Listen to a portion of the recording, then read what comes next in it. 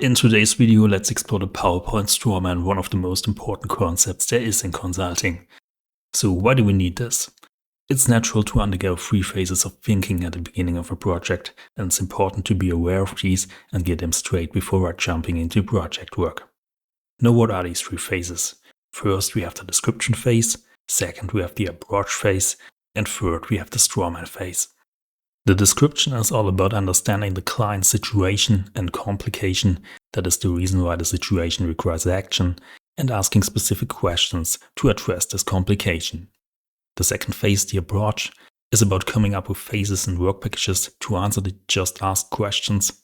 And the third phase, the Strawman phase, is then about a hypothesized conclusion, so the answer to those questions, plus its supporting arguments. The reason why it's so important to be aware of which phase you're currently in is because of the value add to the client.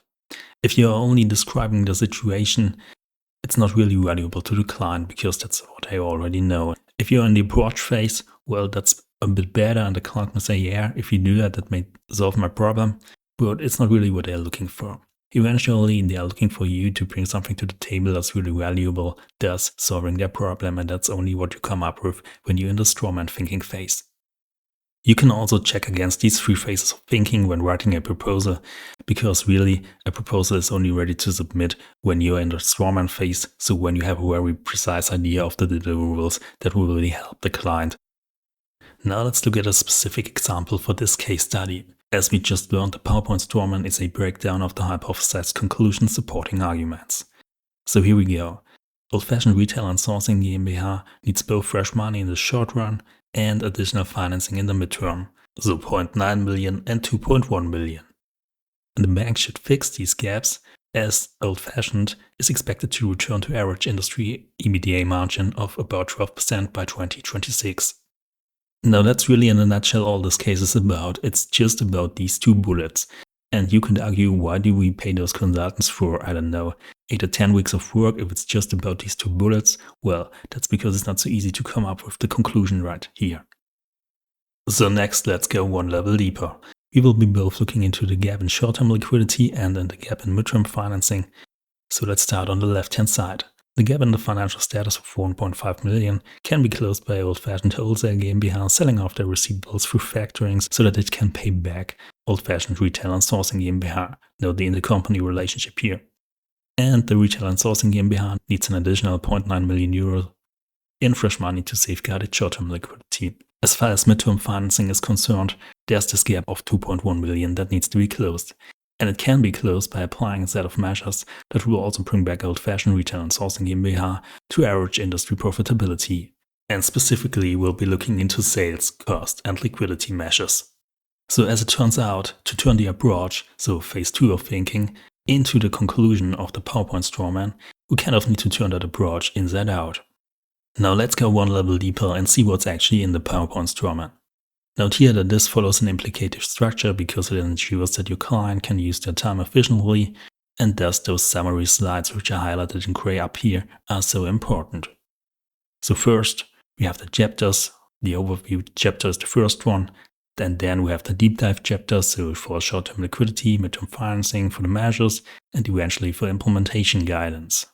And note that horizontally in the overview chapter we start off with the conclusion as we just saw, and then we're gonna have summary slides for each of those deep dive chapters. So starting with short-term liquidity, followed by midterm financing, profitability, measures, implementation guidance, risk mitigation, and next steps. Let's take a closer look. The conclusion slide we just saw up here, and then here we have the short-term liquidity summary slide with the financial status and 13 weeks liquidity forecast, which currently reads in the action title that if the wholesale business can sell off its receivables to pay the retail and sourcing business, then 0.9 million euro in fresh money are only required to fix short-term liquidity. Next, we have the midterm financing gap summary slide. So midterm financing exhibits a gap of 2.1 million in December 25 in the base plan, which is the maximum gap, and we should apply a set of measures to close that gap in the base and management case, or at least kindly ask our financing parties to help us out in this direction. Next, we have the profitability summary slide. So the retail and sourcing business is expected to return to average industry EBITDA margin of about 12% by 2026 if measures are applied to exploit market imperfections. Coming up next, we get this measures overview slide. So we propose shortlisted measures targeting 3 categories: sales, costs, and liquidity. And we will come up with a matrix or something like that to properly visualize them. Next, we have the implementation guidance slide.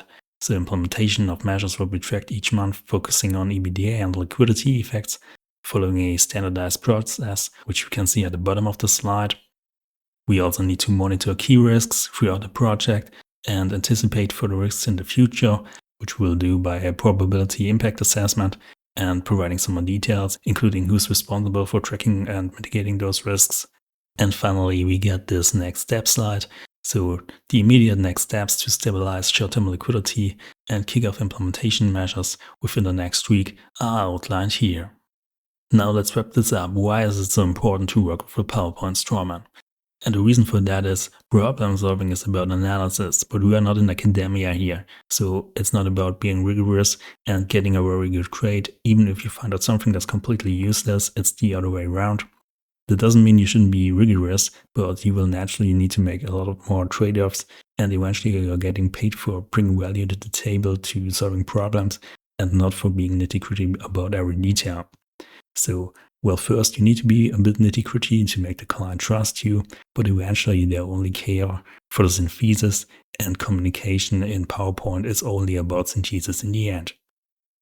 Now, how do we go about coming up with this PowerPoint Strawman? Usually the SE or PM or whoever feels in charge of that will sit down in week 0 or week 1 and come up with this draft. Then the team will meet to fine-tune and challenge that draft, and eventually the PowerPoint Strawman will become the focal point of attention where project work is really happening in a way. So I know there are meetings and other stuff as well, sure, but it's really where everything is eventually going to. So everything will eventually make its way into the PowerPoint Strawman. It's your day 0 imperfect solution hypothesis, and throughout the project you will fine-tune this hypothesis.